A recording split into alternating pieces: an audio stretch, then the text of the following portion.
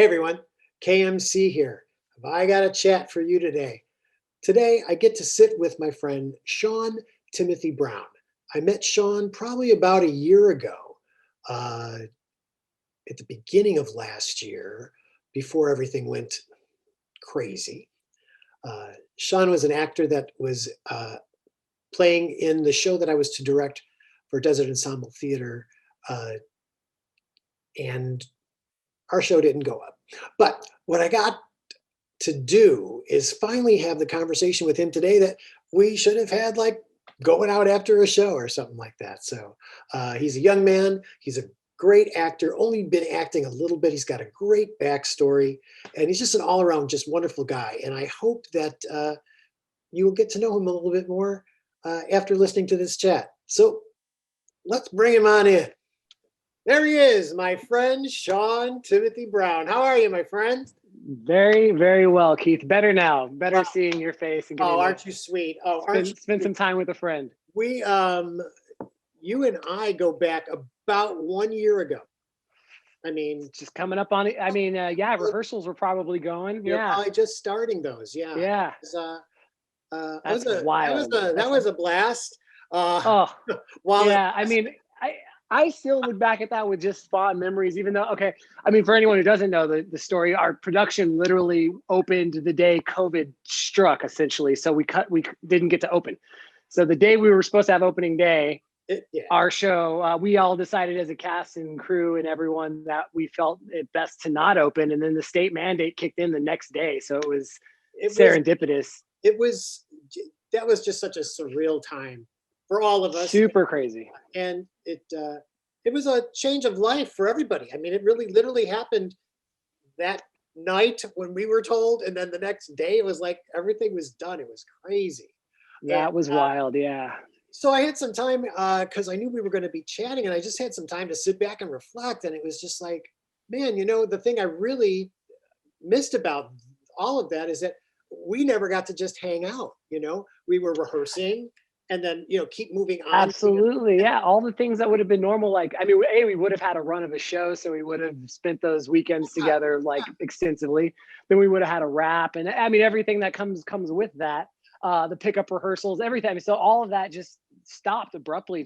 It's unprecedented time. So, I mean, like everyone had that abrupt stop happen to their life, but it was wild to be in the middle of, or right in the beginning of a production, right about to start production, having done all the work, all the rehearsals, all the blocking, all the memorization, all that, and then to and again, I don't look back at it with any sort of bad memories. I mean, I loved everybody that was a part of that so much, and it was no bitterness or no harsh feelings in any way. It was just it's a little sad because we didn't get to do it, but in the same breath, I still love those people, and I still feel like made some great friends out of it.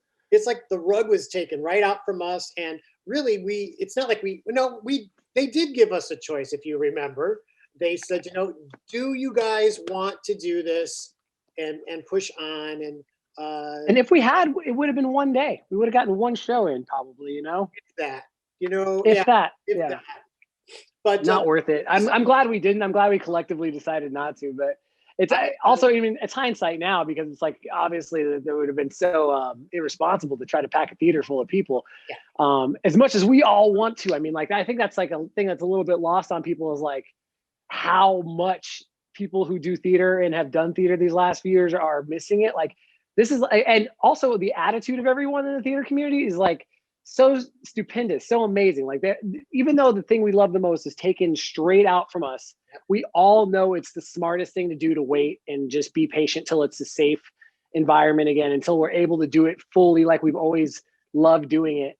Such a beautiful camaraderie there. I love it. And as I've said before, the people in the arts are hit really the most. I mean, because then look at what people who aren't being able to go out and do things, they're doing things like watching artists or movies, or people are doing podcasts or whatever they're doing. And it changes the way in which we can share that. And you and I have been lucky that we have been through Desert Ensemble Theater group, the one that we were doing, Apocalypse. They've given us some opportunities to work, online and do some virtual stuff, and that's been a lot of fun. It's been a lot of fun for me. It's very nice not to have to leave your house. I can tell. Yeah, But yeah, it's nice to be able to. I mean, because they're readings predominantly. So yeah, also, I mean, like I love memorizing stuff and just owning it, but it is kind of fun to just do the reading and especially for like some classics and stuff that like I've been so fortunate to be able to stay pretty busy. I got a couple readings coming up in the next couple weeks as well.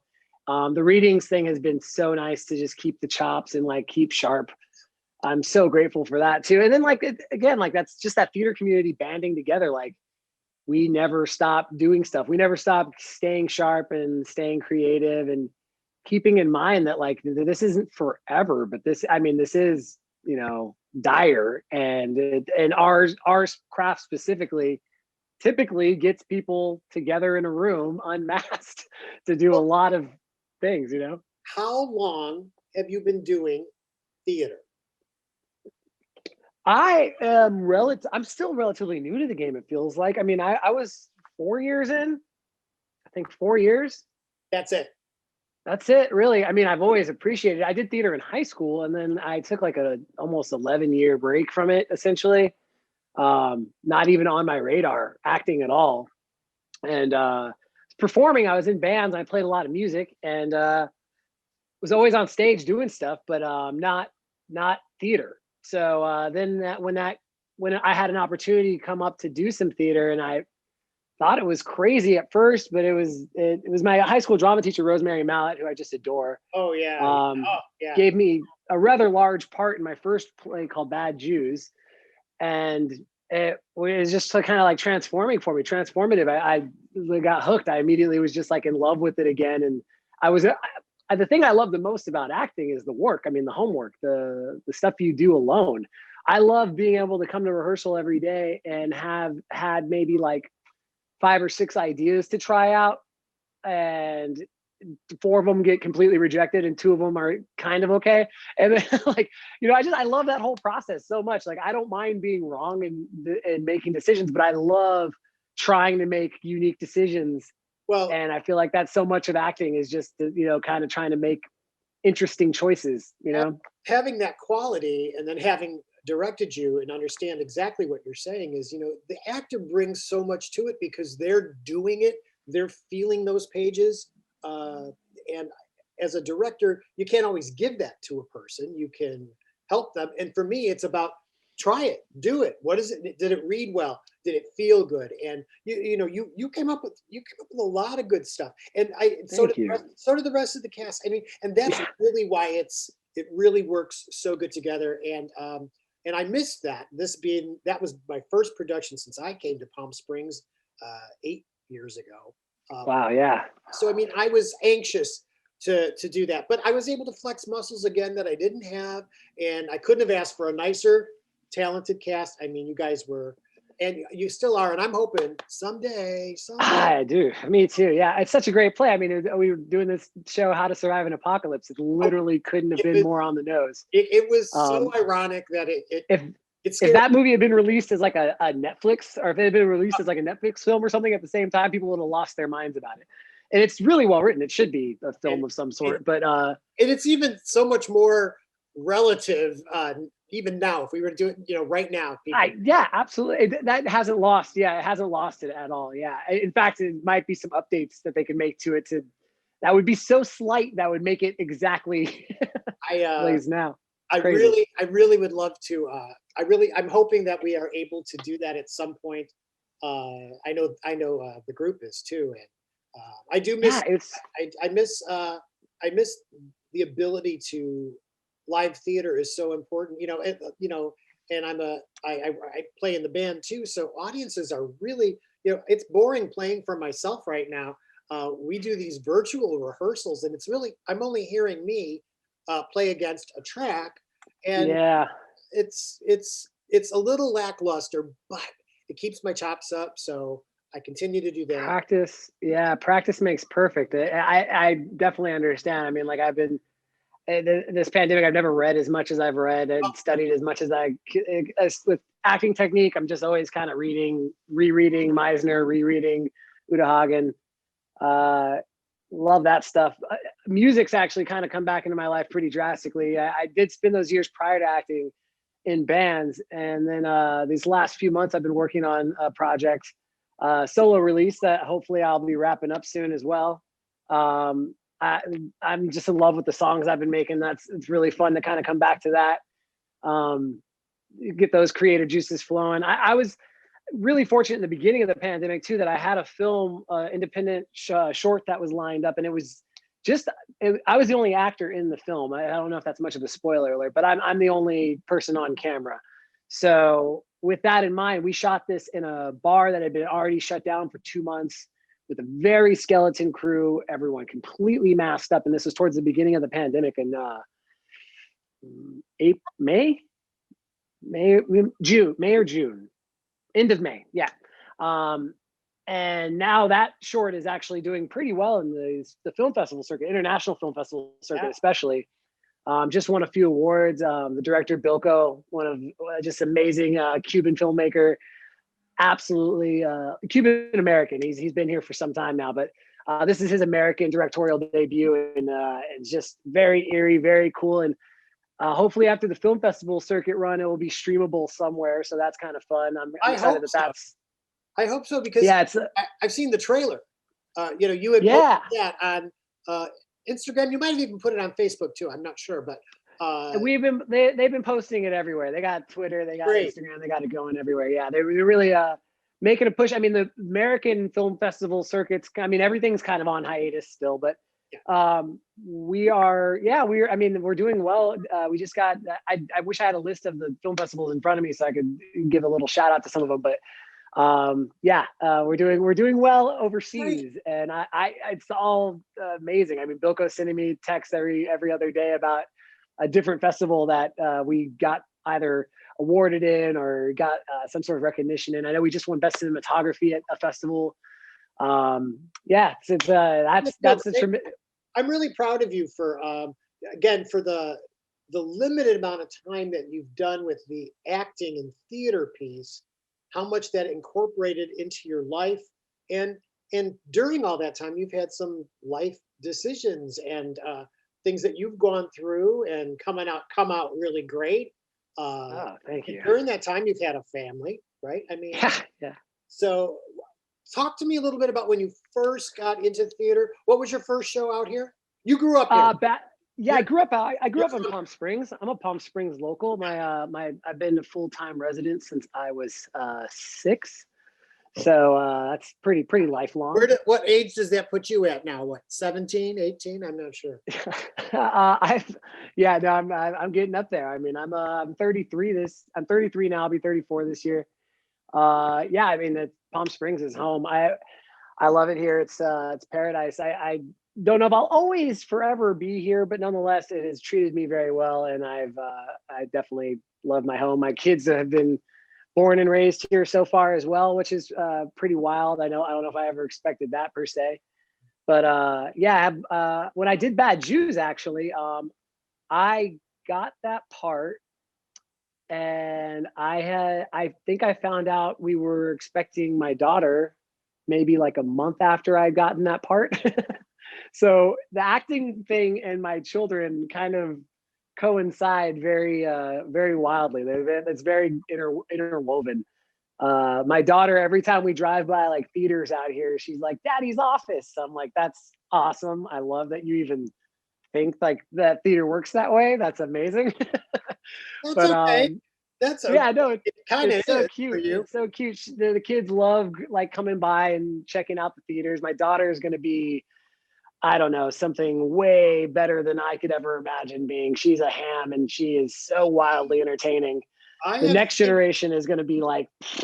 I have seen her do her work on your Instagram. I mean, she's a rocker and a roller, and she's all the above. Yeah, some lungs, honey. She's got some lungs. So the boy too. Yeah, and my son. I mean, I was doing a show that my son, both of my children were a little like late. They were like 2 weeks late after the due date. So I was doing a show when my son was born, and like we had opening weekend, Friday, Saturday, Sunday.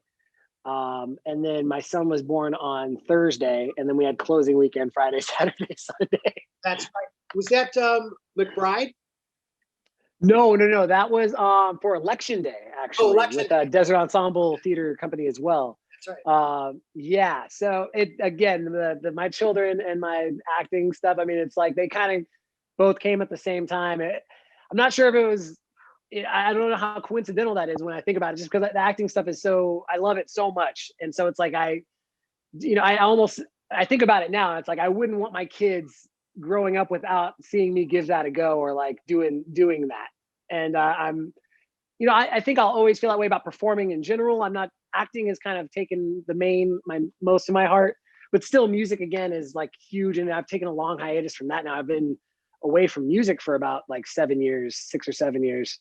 So coming back to that's a lot of fun now too. And the kids are crazy about that. You see my rock and rolling daughter on Instagram. So that's having some sort of effect on them, seeing daddy play a lot of guitar and program a lot of crazy nonsense. But the family thing is crazy.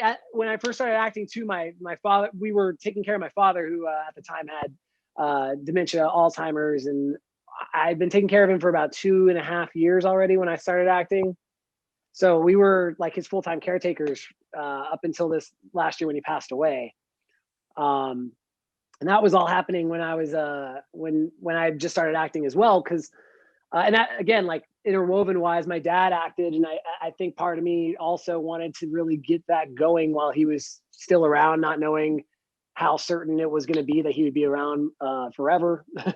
When you have a debilitating thing like that, you start to kind of ground you in reality a little bit. Sure. And I still, now he passed away last April, and even now it's funny. There's still tons of days waking up thinking I need to like get something to him or help him out with something, or oh my god, I'm behind on this for him, and it's like, oh yeah, just making that major adjustment. I can also kind of attribute to kind of coming back to music now, where I'm like, I have this extra time that I haven't really had. I could like focus on one artistic thing at a time, but doing two felt like way too much or like too selfish.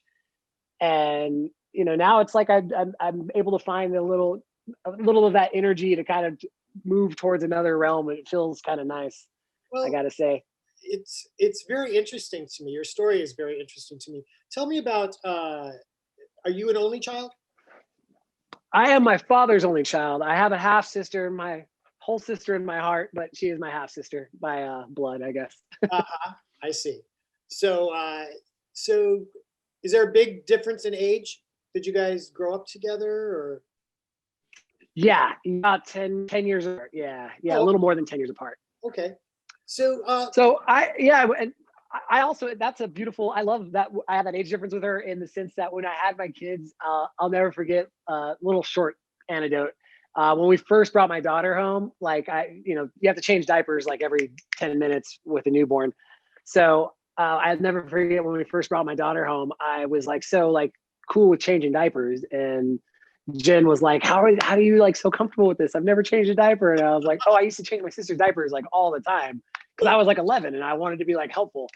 And my sister, I love her to death. So, and my daughter and my sister, they like, seeing my baby girl reminds me of my sister when she was a baby, and like just warms my heart to death. that's sweet. So yeah, that's my little. So tell me about your mother and father, what they did in their lives, and how it helped shape you. Or Yeah, father was he's got a wild story. I mean, the highlights were that he was a professional football player and actor in a lot of black exploitation films, as well as some major motion pictures like MASH and Nashville. He did some television as well, commercial work. He was like a Century 21 spokesman commercial guy for some years. Then he spent his later years, he had me when he was 50. So after he had me, he was looking for some more job security, and he was raised an orphan and found comfort kind of in finding he worked in LA County probation, but with minors. So at a probation camp for kids that had done some pretty severe crimes, Camp Kilpatrick. And he did that for about 20 years, and then retired out to Palm Springs after my mom and I had moved here some years earlier. My mother is a jazz singer, phenomenal jazz singer and performer. She grew up in kind of all around North Carolina, Virginia, South Carolina, moving around with a church family. Her sisters were like a part of a singing choir and stuff, so she's always been singing, just the most angelic voice you've ever heard. And I'm not biased on that. It's just really that good. Hey, you could be bad. And yeah, I know I could be, but she's really that phenomenal at singing. Just it's crazy. And so performing has kind of always been around me. I grew up seeing my mom sing quite a bit. I mean, I have some.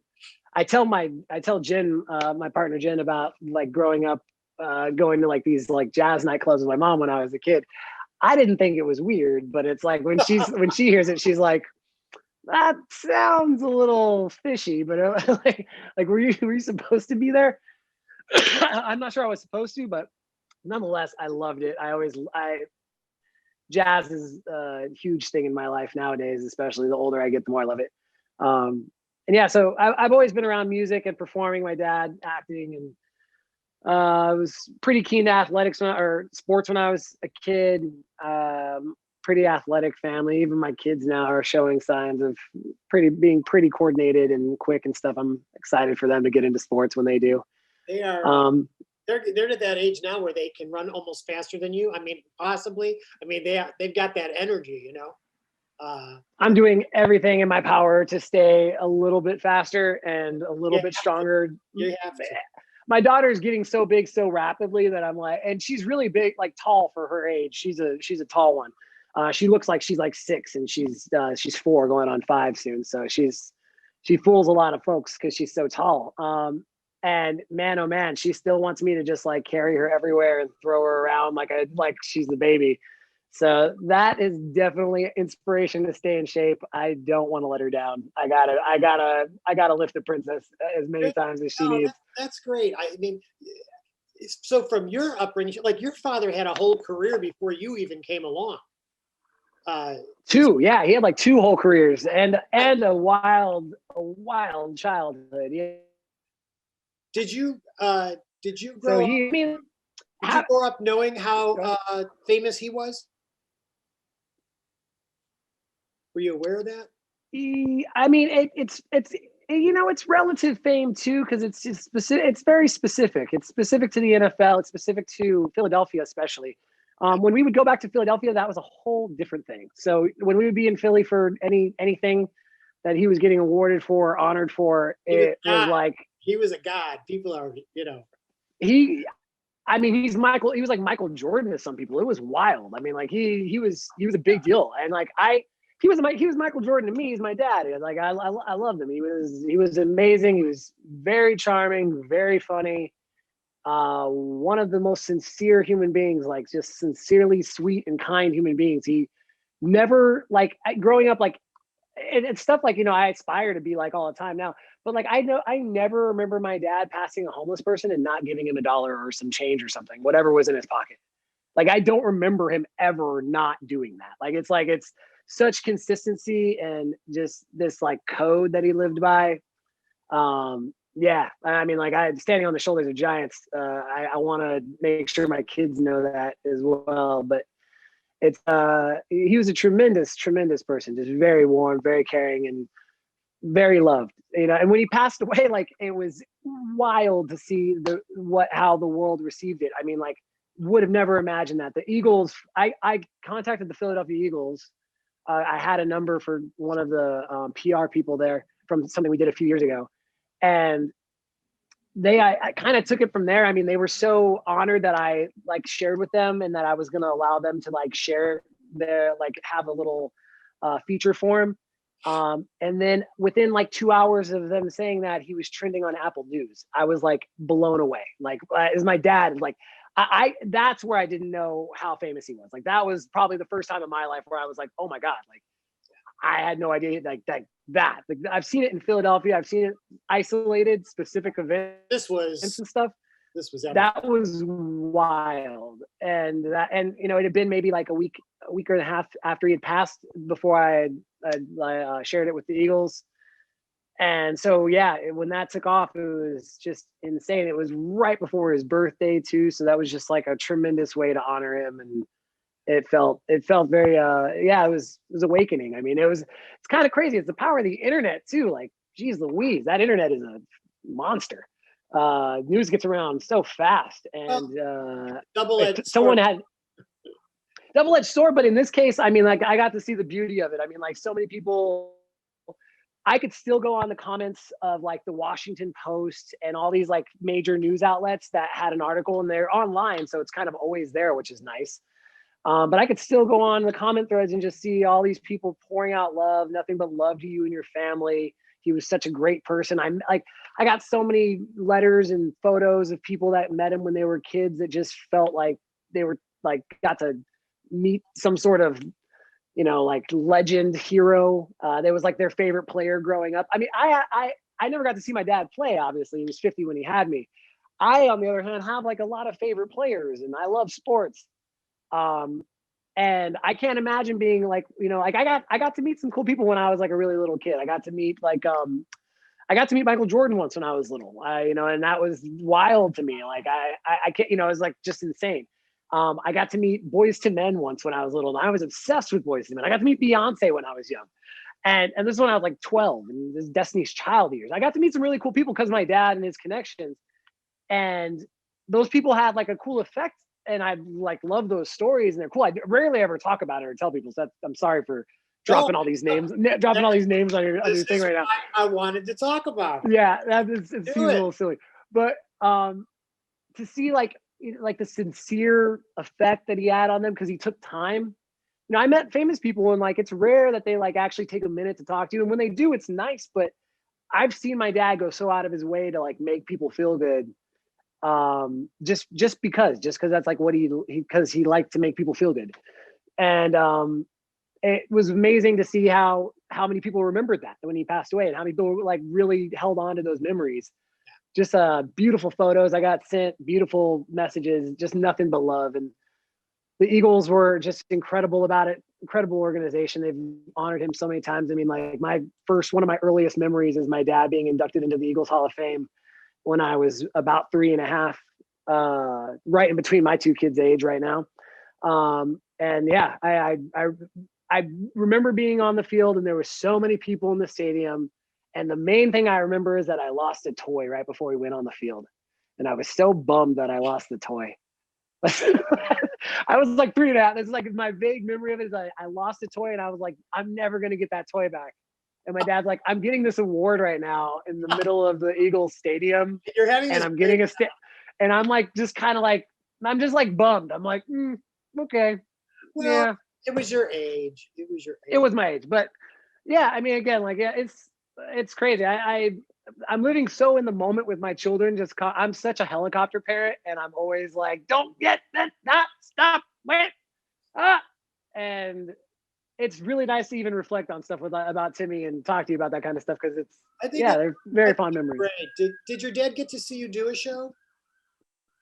He saw a few of them. Yeah, he saw a few of them. I'm sorry, there's an ambulance going by in the background. It's screaming. Not your fault. It's the corner spot that we live in's fault. I'm gonna blame the corner lot. It's life. There we go. So he did. Yes, my dad was an avid supporter of me acting when I was in high school. He thought performing was everything. He came to every show I did when I was in high school. To start to answer this. And when I was in high school, he always told me, like don't worry about sports. You don't have to like play football or basketball or do any of that because of me. He's like, just be an actor, man. Like then you could pretend to be a football player. That's cool. I love that advice. I was like, that's pretty good. He's like, you don't have to get all the injuries. Yeah, exactly. Pretend to be a football player, man. It's fine. Protect that body. Exactly. So I love that advice. I got that advice from him when I was like 16. I thought that was great. And then he came to in my last 4 years of acting. He came to a few shows. He got to come to a few shows before he got a little unable to go to them. I think the last one he saw, which is kind of a weird one, to be the last to go out on, but he saw me as Daddy Warbucks in a production of Annie. at Palm Springs High School. That was very cool. It was like I got invited back as alumni to take on the adult role, and then they aged me, and I wore a fat suit, and I played Daddy Warbucks. And Did you it's shave your head? I shaved my you? head. No. Shaved my head completely bald. Yeah. There's pictures. There's lots of pictures. It's yeah. It was a good time though. I met some friends from that production, like the high school kids. It's funny because I guess it's been a while now. It's like 4 years. It's early on in my acting, so it's like 4 years ago when I did that. I guess it's probably going on 5 years now. I'm sorry, the acting thing's 5 years, but it's like 4 years ago I did Annie, and yeah. So he got to some see of those kids. That's awesome. He got to see me do that. But what's crazy is some of those high school kids are like grown adults now. They're like doing like college productions and stuff. And I'm seeing them online. I'm like, get it, do you? Trust me, you're literally gonna blink and it all goes by so quick. But I know, but that was one of the weirdest, like most surreal experiences acting wise of like, because you act with, like, I've done a lot of shows with Felicia Mason. I've done some shows with David Yaus. There's these actors I'm like pretty familiar with. Richard Marlowe, these guys I've done like a few things with, and we're like adults, so we don't really like change so drastic. I mean, like our hair might be a little different, or we might have a new hobby. Right. You're right. But like I see these kids and they're like adults now, and I'm like, oh my goodness, you're like a completely different human being. Like that's amazing. Like congratulations on entering the real world. This is great.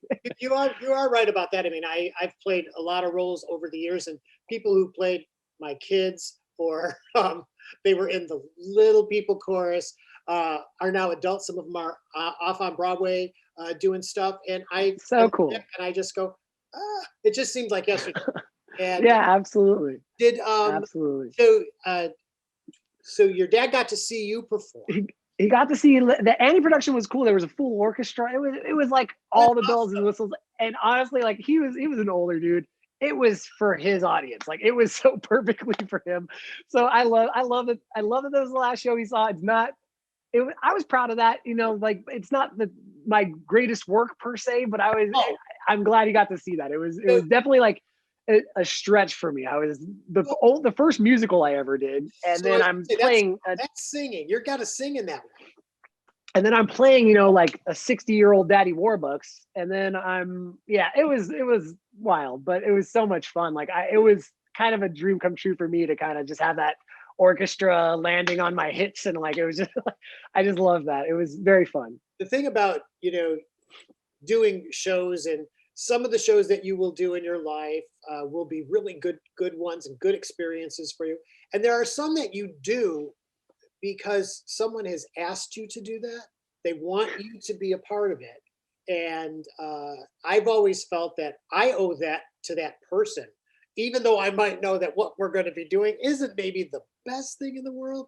But I always look at things from an audience standpoint. Like you just said, your dad was part of a group of people who were going to just sit there and think that was just the greatest. And just razzle dazzle. Yeah. That's the important thing, at least for me, is I've always been conscious. I mean, who would want to go and be in a bad production? But you always think you're going to help bring something, to it. So absolutely, yeah. I find now, especially with the reading stuff, you could really stretch like that. That's fun to do the readings and really like have no limitations on what character you are, how elaborate you do it, or how wild you go with it. That's really fun. But like the Adage, the film that's going now, like the short film that we have doing this festival circuit right now, that was such an amazing fit for me. Like it was so like I'm not that guy in that film, but my goodness, could I play that? Like I read it and I was like, oh, I could do this. I could do this so well. He's crazy a bit. It's essentially like a trip through I don't know if it's schizophrenic, but it's somebody with multiple personalities, and it's kind of a trip through each personality. That sounds like you, my friend. Yeah. I like to think of myself as multifaceted. Like I maybe master of none kind of vibe, but like I try to spread myself around and try to get good at a few things. But yeah, I saw this character or these characters, and I was like, man, like and it explores sexuality, and it explores just a lot of gender exploration, and it's just so fun, psychological exploration.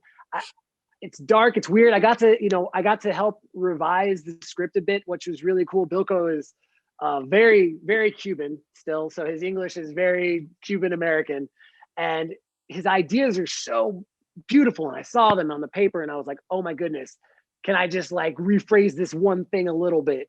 And he was like, oh my God, yeah, that's perfect. And our collaboration is not really like a collaboration on I'm not changing any ideas. It was just kind of like a rewording that made it natural.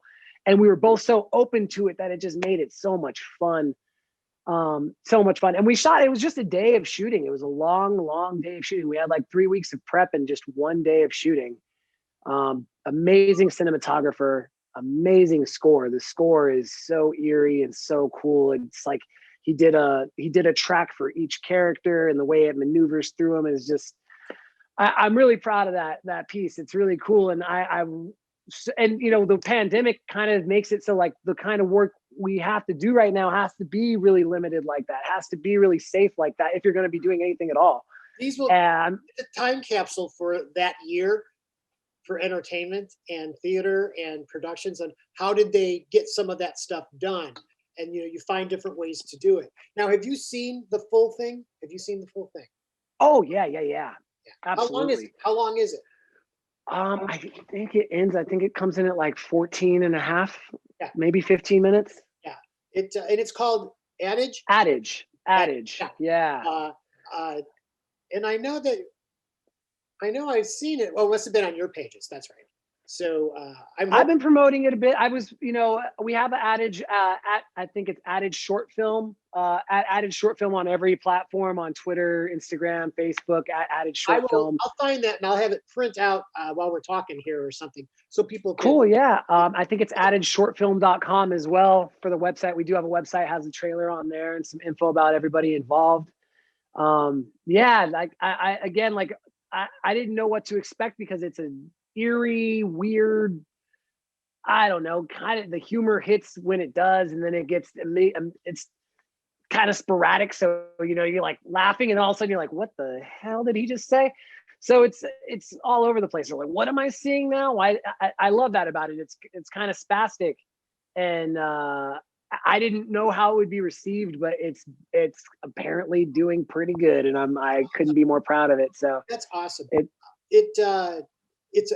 Your versatility as an actor, and I know you're still so young into this thing, is amazing. I do feel like you are the kind of person who says, I can take that chance. I can try it that way. I can do this. And keep going with that, because it will get you far. People are doing things, and I think that's great. I mean, you've gone from Daddy Warbucks to, starring into an Indy film. I think that's great. That's the acting part that I love the most, is that challenge. I mean, Georgia McBride was probably the first challenge I felt that was really really called to me out here. I did this production of this show called The Legend of Georgia McBride. I actually have a poster for it right up here. That's Arts, right? Des Art Performs? Des Art Performs, yeah. And it was man. It was wonderful. Thank you. It was such a tremendous production, and that really sparked something in me. I was so in love with how professional that was, how great that was. And ever since then, I feel like somehow the bar just got raised for me out here. And even some of the shows I've done at Palm Canyon, I got to do Who's Afraid of Virginia Woolf, and I got to do The Crucible. Yeah. And I just loved those shows. Those are so much fun to do. And then again, diving into classics like that, that was just such homework and such a lesson plan. A wide range of stuff for an actor to do. I can honestly say that based on that too, is I can't say, oh, he's the same in every role, because I want to not be like that. That is a subconscious goal. Absolutely. I'm sorry, I didn't mean to cut you off if you were finishing that. That is definitely a subconscious goal, and that stems from my dad's acting advice or career that he tried to have was along those lines. You don't. Back in the day, it was especially taboo to get typecast, and stuff. And what, you know, and like nobody wanted to play superhero for 12 years. Now everybody wants to play superhero forever. So it's completely vice versa now. But nonetheless, I always loved, I mean, that's the thing, is like the homework and the challenge that you get presented to you in the beginning of like, can you do this? Is this something? And, you know, for me, like I'm, you know, very conscious of like the things working against me, my full sleeve of tattoos that like I have to either cover up or wear wardrobe for.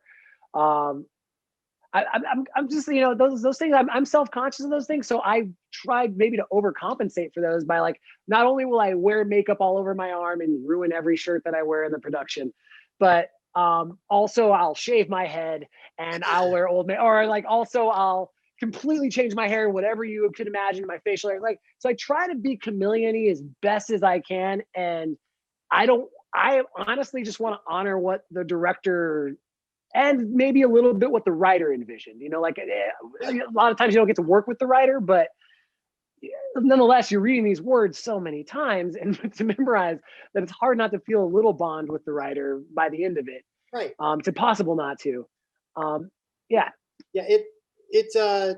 And you've had an opportunity to work with some of the people who've written some of the stuff, you know, or you've met them locally. I think, and we've got a couple writers here in town that I've been exposed to, and it's an honor when they, you know, look at what you've done or really can appreciate what you've done. And you're lucky. I say you're lucky is I think that your experiences have all been great for you because it's not one thing. It's looking at your portfolio of that. It's great. And the fact that you've done musicals too now, you know, that really is going to put me in a separate mind. So the musical thing is fun. The last musical I did, I was a part of the ballroom at CV Rep. I didn't have a singing part in that, so it wasn't really a musical part. People don't have to know that. Just always say you were in it. Always. And I sang my ass off in the finale for sure, with no mic on, but nonetheless, I sang my ass off in that finale. If I could say ass, I'm sorry. You can say it. You can show it, but Hey, my kids are going to watch this. Well, I don't know if they're going to watch this one day. They probably won't be. I don't know if they'll be too interested in Daddy's interviews. Let me get back to that for a second. Tell me about Jen. Yeah. When did Jen enter your life? When did Jen enter my life? We're going on 9 years, 9 years. Wow. We have like a, we kind of joke about having like the Kurt Russell, Goldie Hawn thing going on a little bit. We don't have like set dates for anniversaries or anything like that. We don't, not necessarily. We have birthdays, you know, like everyone else. We celebrate each other quite a bit, I think, but not like in the traditional way. But yeah, like 9 years now, just the wildest ride. I mean, like probably the most commitment I've had to ever give to anything, and with the most rewards. So I have my 2 incredible children, and my family feels stronger every minute, and it's beautiful. She's a trooper. She's incredible. She's I think she's gonna be like, she's not writing like publicly yet, but I think she's gonna be a really fantastic writer one day, if she's not already, but just it's not out. I don't know how to phrase that, but she's really good at putting pen to paper, and she is creative, and so there is like a, you know, creative support system here that's nice, that incubates some experimentation and again, like feeling like I can try to go there with parts, or try to like experiment. Like she doesn't mind me shouting and trying things out in the living room, even if it sounds weird. And, you know, like doing these readings, I'm like, you know, either their kids are in the room or I'm in the room or something, like someone's locked out of somewhere. And so, some of these readings have had some vulgar language, have had some very adult language in them. And we don't use those words around the kids, but it's hard to muffle them through these walls. Well, she's so supportive of everything though, and she's fantastic, and she's just a powerhouse, man. She's great. So can't speak highly enough. Well, that's wonderful. And then tell me about the kids real quick. Tell me what's What are you loving about being a dad? My everything. Oh my goodness. I mean, it's so crazy loud in my house all the time, and there's never a dull moment. And it's a lot of screaming, and then there's 2-year-old tantrums all the time. And I love talking about how bad it is because I love it so much. I love opening with how bad it is to go into it's the greatest thing ever, and I get to play with my kids all day long. My son thinks he is Spider-Man. He's convinced. I can't convince him otherwise.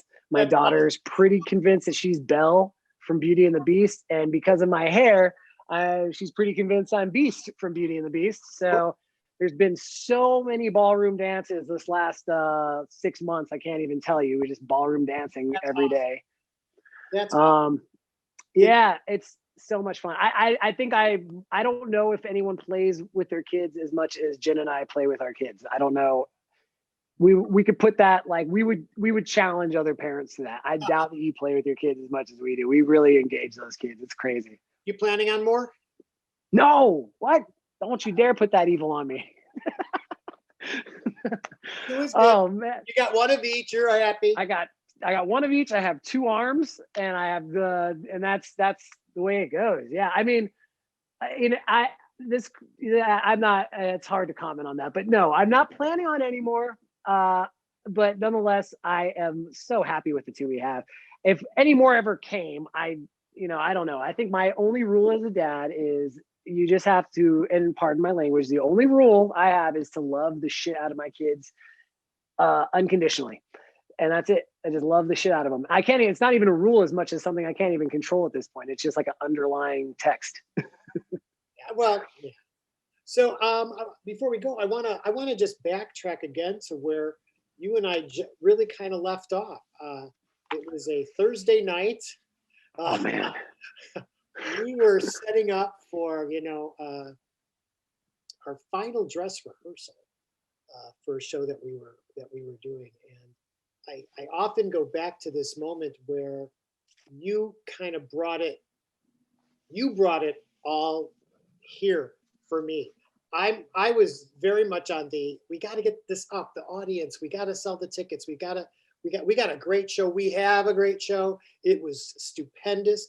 And then that night there were all of these things about, well, could we change the blocking of it, and can we not touch each other, or all those things were, going on. And I'm thinking to myself, oh my God, I don't know. And then you had brought up, your kids, and, you have to go home to them. And at that time it was, cause you were the caretaker for your dad. And at the time, yeah. Really affected me. However, and as nice and sweet as that is, I'm not going to poo-poo on this, because it's a beautiful sentiment that really got me thinking. You turned to me and said, Keith, the NBA has stopped. And I'm like, what? And am I right? That was like your awakening. I was a season ticket holder for the Clippers last year. I'm a diehard Clippers fan. It was the first time I ever did this. I was like, I'm going to go to so many games, and then my friends are going to go to games, and it's going to be so much fun. And honestly, I had the time of my life. I was going to so many games. I'd never been to so many basketball games in my life that year. So the NBA, I love NBA basketball to death. And that year specifically, I had been going to sold out games at the Staples Center every week. So I was like very in tune with the NBA and what was going on.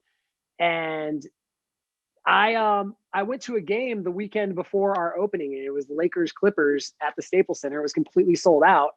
And that was the last game they played in Staples Center before the pandemic shut down. So that was the last professional basketball game played in that arena.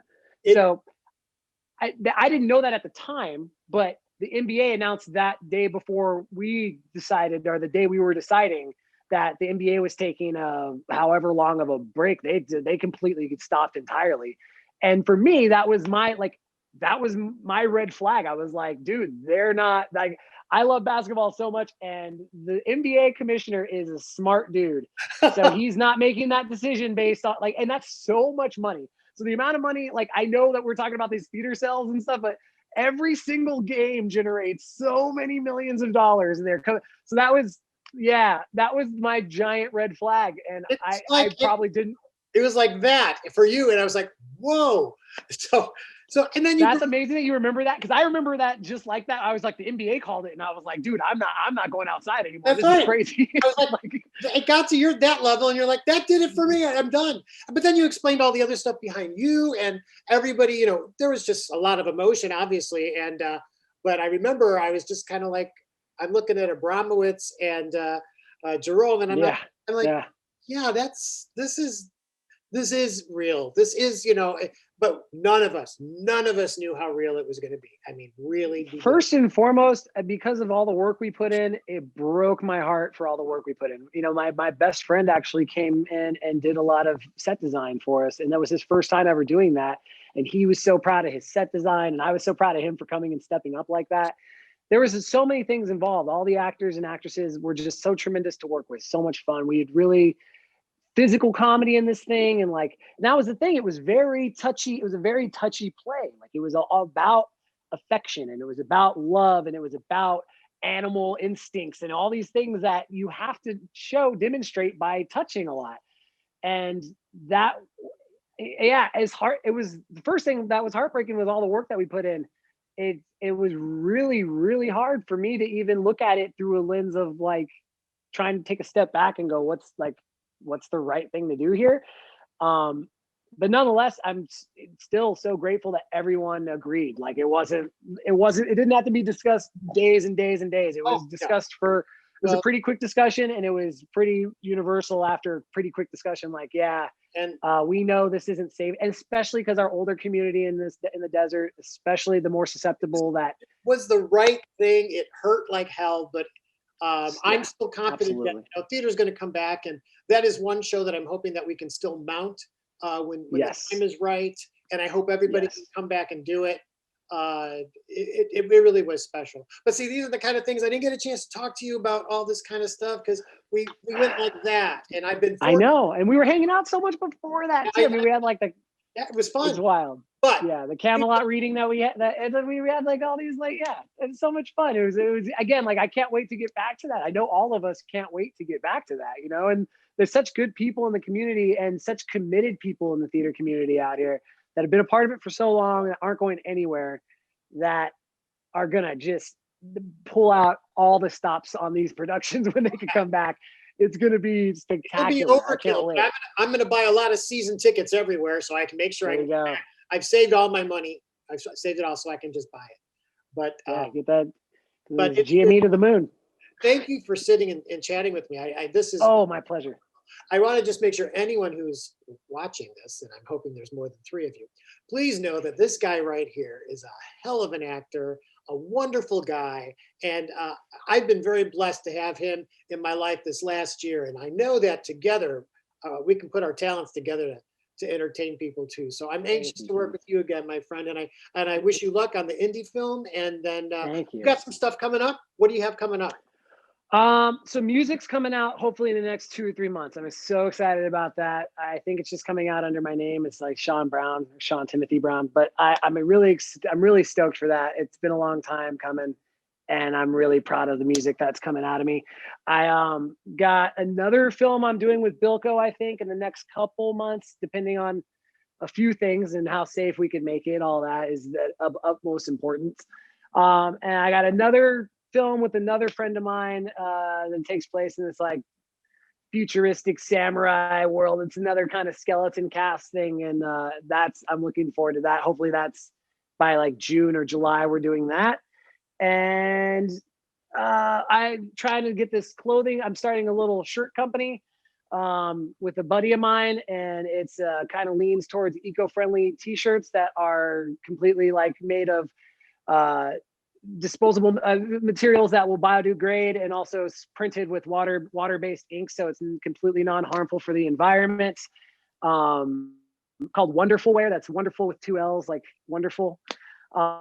Excited about those shirts coming out, and music and films, the plays. I mean, like I had a few plays lined up. I really hope all of them are still lined up. I would love to, but who knows how long that's going to be. I know the most pressing one, we were talking about doing a Rocky Horror Picture production. Oh yeah, I saw that. I was really excited to be doing that, playing Brad in Rocky Horror Picture. I thought that was going to be a really fun fit. I was really, really gung ho about that one. So hopefully back to theater as soon as possible, as soon as it's feasible and we can get some people in seats. Um, yeah, that's raising my kids is always the current thing, but all those other projects I'm excited for. Is a lot of friends of mine that are inviting me to do really cool things, and that's like kind of what it's all about. So it's nice to be wanted like that, right? I mean, come on, you're a good guy. I want them, so it's like it's very mutual. Like I want to work with you again so avidly. It's definitely not a one-way road. So like that's it's surreal. It's so cool. I mean, like again, like the art that will come out of this is going to be tremendous. So if anyone is doubting that or thinking otherwise, I agree 100%. The art world's going to thrive from having to sit indoors for a year or two and think about what you're trying to create. We're itching to just get back out there and do our thing. And I really appreciate you sharing with us about your family and everything that you've been going through, and your career path in theater, which I do think you've got a bright future in doing many more things. Thank you, sir. So look for my friend Sean here. He is wonderful. And I will keep everybody updated as well on things that Sean is doing on my Facebook page. But thank you, Keith. Thank you again, Sean. And thank you all for listening today. And I hope you learned a little bit more about my friend Sean Timothy Brown.